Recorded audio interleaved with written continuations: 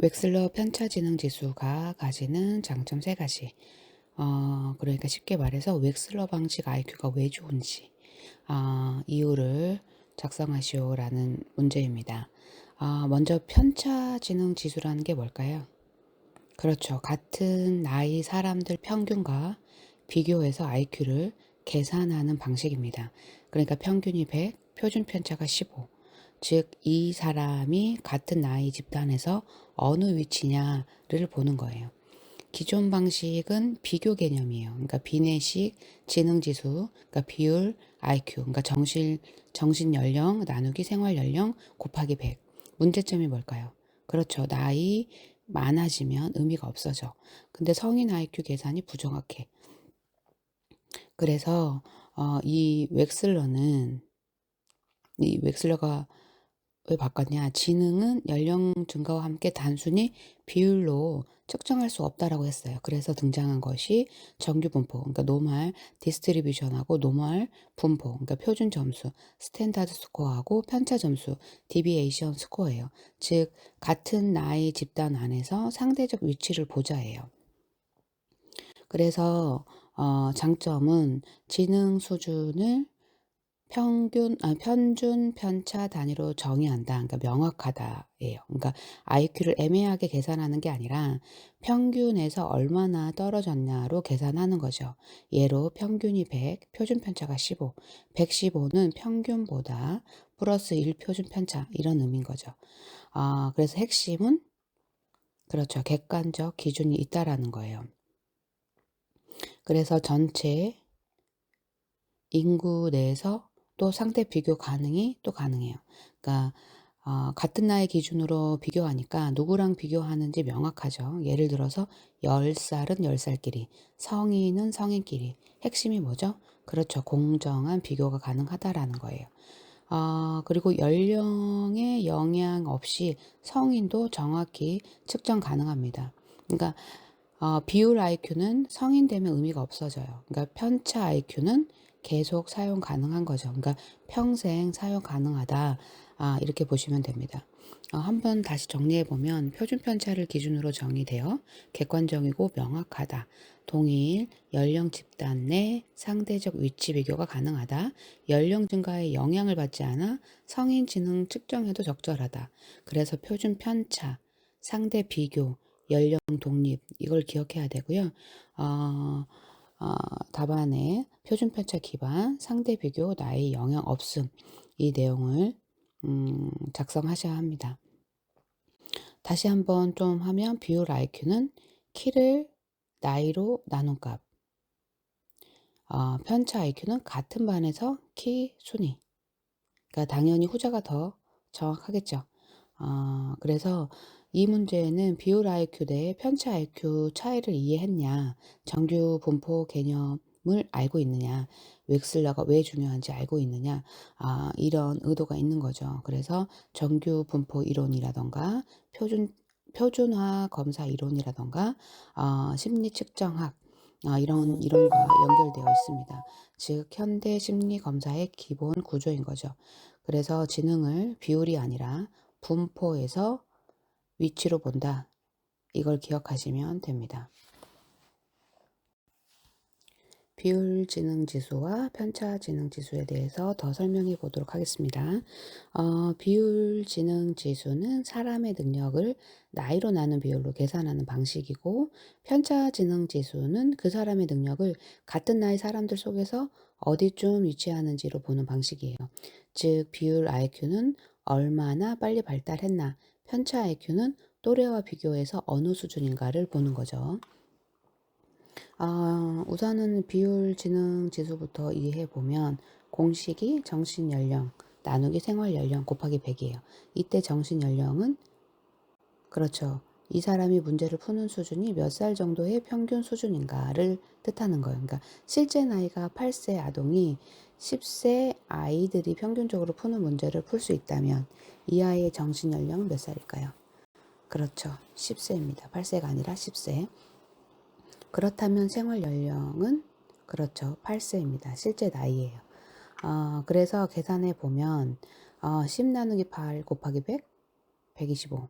즉 IQ가 125. 이게 말이 돼요?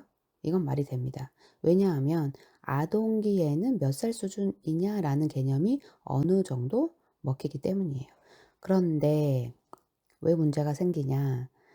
이게 핵심이죠. 그러니까 비율 IQ는 나이가 들수록 부자연스러워져요. 왜냐하면 인간의 지적 발달은 어린 시절처럼 쭉 직선으로 올라가지 않기 때문이에요. 그래서 발달 과정에서 정신 연령과 생활 연령과의 직선적 관계를 요구하지 않는다. 이 표현이 연결이 되는 거예요. 그래서 사람의 지능 발달은 나이가 한 살 늘면 정신 능력도 똑같이 한 살씩 늘어난다처럼 기계적으로 올라가지 않는다라는 뜻이에요. 그래서 좀 더 키 비율을 해보면 비율 IQ를 키에 비유하면 비율 IQ식으로 사람을 본다는 것은 마치 키를 나이로 나눠서 평가하는 것과 비슷해요. 예를 들어 아이들이 5세 아이가 110, 10세 아이가 키가 140. 겉으로 보기에는 10세 아이가 더 커. 그런데 키를 나이로 나누면 어떻게 돼요? 5세 해볼까요? 110 나누기 5는 22, 10세 140 나누기 10은 14. 그러면 계산상으로는 5세 아이가 훨씬 우수한 것처럼 보입니다. 이상하죠? 왜 이런 일이 생기냐 하면 키는 나이에 따라 일정한 비율로 계속 증가하지 않기 때문이에요. 즉 나이가 많아질수록 단순히 나이로 나누는 방식으로 이런 방식으로는 점점 이상해집니다. 이것이 바로 비율 IQ의 문제예요. 지능도 똑같아요. 지능도 어린 시절에는 발달이 빠르지만 점점 가면 정신 연령이라는 개념 자체가 애매해지죠. 그러니까 예를 들어서 다 큰 성인에게 이렇게 말하기 어렵잖아요. 이 30세 성인은 35세 수준입니다. 이런 표현은 별 의미가 없어요. 왜냐하면 성인의 지적 능력은 아동처럼 몇 살 수준으로 쭉쭉 자라는 방식이 아니기 때문이죠. 그래서 비율 IQ는 아동 초기에는 어느 정도 의미가 있죠. 하지만 성인에게는 부적절해집니다. 그럼 편차 IQ는 무엇이 다를까요? 편차 지능 지수는 아예 생각을 바꿔요. 그러니까 이 사람이 몇 살 수준인가를 보지 않고 이 사람이 같은 나이 사람들 중 어디쯤 있나를 봅니다. 이게 바로 같은 반에서 키 순위 비율입니다. 예를 들어서 철수가 140, 영희가 135, 민수가 128. 이게 이제 초등학교 3학년 한 반이라고 생각해 보면 반평균 130. 이때 철수는 3학년 또래 평균보다 크다라고 말할 수 있어요. 여기서 철수가 140이라는 절대값보다 또래 집단 속에서 어디에 있는가가 중요하죠. 즉 평균보다 큰가, 얼마나 더 큰가, 상위 몇 퍼센트인가 이렇게 보는 거예요. 이게 바로 편차 IQ 방식입니다. 왜 이게 더 정확한가? 왜냐하면 사람을 평가할 때에는 그 나이대에서의 상대적 위치를 보는 것이 공정하기 때문이에요. 예를 들어서 6세 아동과 16세 청소년과 36세 성인을 같은 기준으로 몇 살 수준이냐라고 보면 이상하겠죠. 하지만 각각 6세 집단에서 평균보다 얼마나 높은가? 16세 집단에서 평균보다 얼마나 높은가? 36세 집단에서 평균보다 얼마나 높은가? 이렇게 보면 훨씬 자연스럽고 공정합니다. 그래서 편차 IQ는 같은 반에서 키 순위 라는 표현, 그러니까 사실 엄밀하게는 약간 더 보완하면 좋겠죠. 정확히는 이렇게 이해하면 돼요. 편차 IQ는 같은 나이 집단에서 평균으로부터 얼마나 떨어져 있는가, 즉 단순한 순위만이 아니라 평균이 무엇이고 그 평균에서 얼마나 위 또는 아래인지 그 차이가 어느 정도 큰지를 보는 거예요. 이때 쓰는 개념이 표준 편차입니다. 그래서 표준 편차까지 연결해서 보면 편차 IQ는 보통 평균 100, 표준 편차 15로 만듭니다. 예를 들어서 IQ 100은 같은 나이 평균, IQ 115는 평균보다 1 표준 편차 높음, IQ 85는 평균보다 1 표준 편차 낮음. 이건 키로 비유하면 이렇게 되는 거예요. 어떤 나이대 평균 키가 160, 보통 흔한 변동 범위가 7cm쯤 된다. 그럼 167cm는 평균보다 꽤 큰 편, 153cm는 평균보다 꽤 작은 편. 이런 식으로 말할 수 있는 거예요. 즉, 편차 IQ는 절대적인 몇 살 수준이 아니라 같은 집단 속 분포에서 위치를 보는 방식이에요. 그래서 왜 같은 반에서 키 순위가 좋은 비율인가 하면 또래 비교라는 점을 보여주고, 그러니까 지능은 보통 같은 연령 집단끼리 비교해야 의미가 있죠. 두 번째는 나이 증가를 억지로 수식에 넣지 않는다예요. 그러니까 비율 IQ는 나이로 나누지만 편차 IQ는 나이별 교준 집단과 비교한다라는 거예요. 그리고 성인에게도 적용 가능하다예요. 그러니까 성인은 정신 연령 개념이 애매하지만 동년배 집단에서 상대적 위치는 충분히 알 수 있다예요. 그래서 비율 IQ와 편차 IQ를 나란히 비교해 보면 비율 IQ는 이 사람은 몇 살 수준인가? 그래서 정신 연령 나누기 생활 연령 곱하기 100. 그래서 아동 초기 발달 설명에는 직관적인 장점이 있지만 성인에게 부자연스러움 연령 증가에 따라 왜곡 가능이라는 한계점이 있다. 이렇게 이해하면 돼요. 그리고 편차 IQ는 이 사람은 같은 나이 집단에서 어느 위치인가예요. 그래서 평균과 표준 편차를 이용한 표준 점수. 그래서 이렇게 계산을 하고 그리고 객관적, 비교 가능, 성인까지 적용 가능이라는 장점이 있고 한계는 뭘까요? 그렇죠. 통계 개념 이해가 필요합니다. 그래서 상황을 보면 어떤 이제 IQ식, 그러니까 비율 IQ식으로 사고를 한다면 어떤 8세 아동이 10세 수준 문제를 푼다. 그래서 정신 연령이 10이야. 그리고 생활 연령이 8이야. 그럼 IQ가 125. 여기까지는 괜찮아. 그런데 30세 성인이 32세 수준 문제를 푼다고 말할 수 있을까요? 거의 좀 불가능하겠죠. 즉, 비율 IQ는 뒤로 갈수록 무너지는 거죠. 그런 다음 상황, 그러니까 편차 아이식 사고를 보면, 어떤 30세 성인이, 같은 30세 집단에서 상위 10%의 수행을 보였습니다. 이건 충분히 말이 됩니다. 왜냐하면 우리는 그러니까 그 사람을 동년배 집단 속 위치로 평가했기 때문이에요. 그래서, 어, 지능 수준을 표준 편차 단위에 따라 정의함으로써 보다 명백히 정의할 수 있다. 그러니까 쉽게 말하면 지능을 애매하게 몇 살 수준이라고 하지 않고 평균에서 얼마나 떨어졌는지로 분명하게 말할 수 있다. 그러니까 지능 수준을 표준 편차 단위에 따라 정의함으로써 보다 명백히 정의할 수 있다. 그래서 여기서 기억해야 할 단어는 표준 편차, 평균, 명확성, 객관성이에요. 그 다음 전체 인구 내에서의 상대적 비교가 용이하다. 쉽게 말하면 같은 나이 사람들 속에서 이 사람이 어느 정도인지를 비교하기 쉬운 거예요. 그래서 상대 비교, 규준 집단, 동년배 비교인 거예요.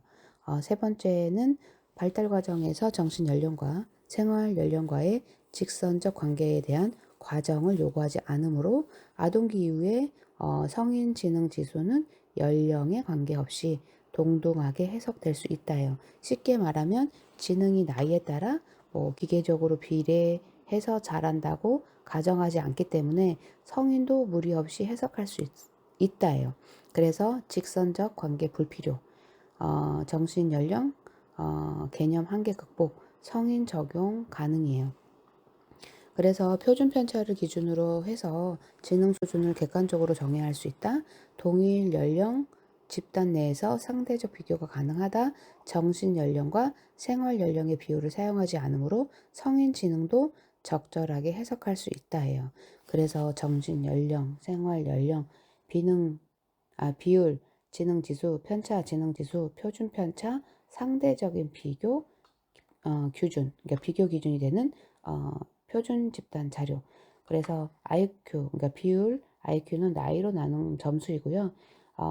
편차 IQ는 또래 집단에서의 위치 점수예요. 그래서 편차 IQ가 더 현대적이고 더 정확하고 성인에게 적용 가능합니다. 그래서 비율 IQ는 발달의 속도를 보지만 편차 IQ는 또래 속 위치를 본다. 또는 이제 비율 IQ는 나이에 묶이지만 편차 IQ는 교준 집단 비교로 해석된다. 이렇게 기억하시면 됩니다.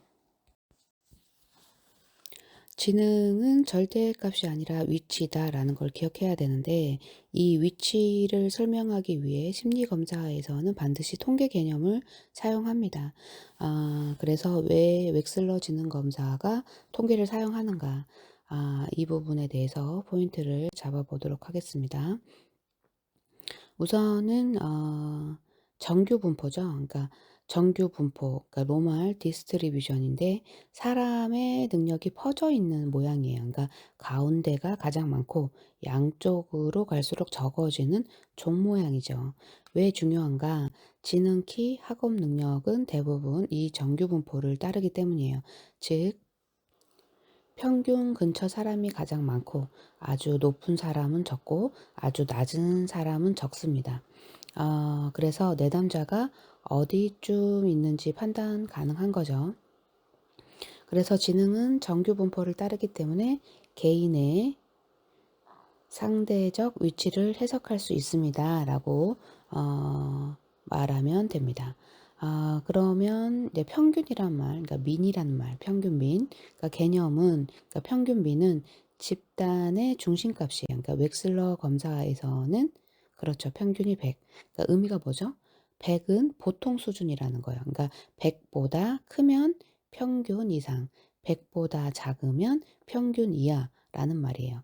그래서 그러니까 내담자의 기준점은 내담자의 기준점을 가지고 상담에 적용할 수 있겠죠. 그래서 평균은 개인의 지능 수준을 판단하는 기준점입니다. 라고 답변하면 돼요. 그렇다면 표준 편차 봅시다. 스탠다드 디비에이션. 그러니까 표준 편차, 스탠다드 디비에이션은 사람들이 평균에서 얼마나 퍼져 있는지예요. 그러니까 웩슬러 기준에서 표준 편차는 15거든요. 그러니까 IQ 100은 평균, IQ 115는 평균보다 조금 높음, IQ 130은 평균보다 매우 높음. 그러니까 얼마나 차이가 나는가가 핵심이에요.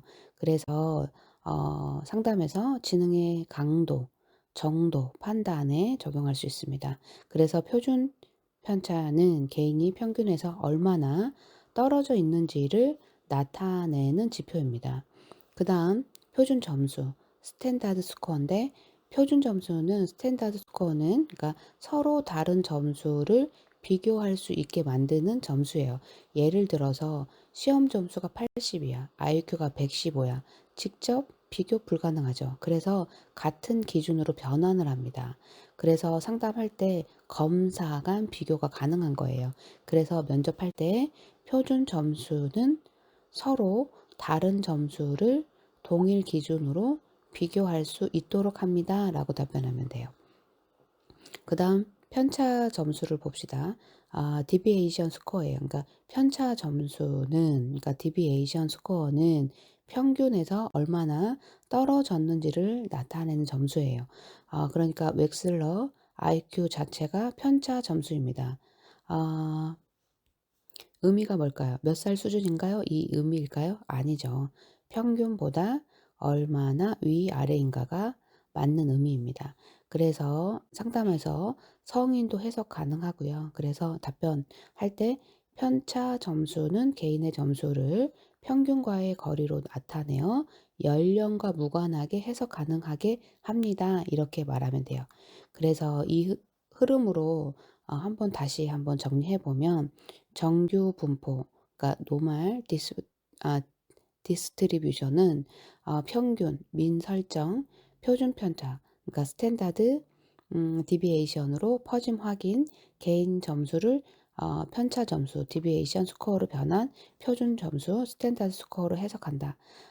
그래서 다시 웩슬러 지능 검사와 연결을 해 보면 장점 1은 뭐죠? 표준 편차 기반, 그러니까 객관적, 명확한 해석이에요. 장점 2는 정규 분포 기반이에요. 그러니까 상대적 비교 가능이라는 말이에요. 장점 3은 편차 점수 사용이에요. 그러니까 성인도 해석 가능하다. 그래서 웩슬러 지능 검사는 정규 분포, 그러니까 노멀 디스트리뷰션, 그러니까 디스트리뷰션을 기반으로 평균과 표준 편차, 스탠다드 디비에이션을 활용하여 편차 점수, 디비에이션 스코어로 스코어 형태로 지능을 산출합니다. 따라서 동일 연령 집단 내에서 개인의 상대적 위치를 객관적으로 비교할 수 있으며 정신 연령 개념에 의존하지 않아 성인에게도 적절하게 적용될 수 있습니다. 이렇게 답변하면 돼요. 그래서 반드시 기억해야 할 단어는 정규 분포, 그러니까 사람은 종 모양이다. 평균 기준 100, 표준 편차 퍼짐 15, 편차 점수 평균과 거리, 표준 점수는 비교 가능해요. 그래서 지능은 절대값이 아니라 정규 분포 속에서의 위치로 해석된다. 이걸 기억하시면 됩니다.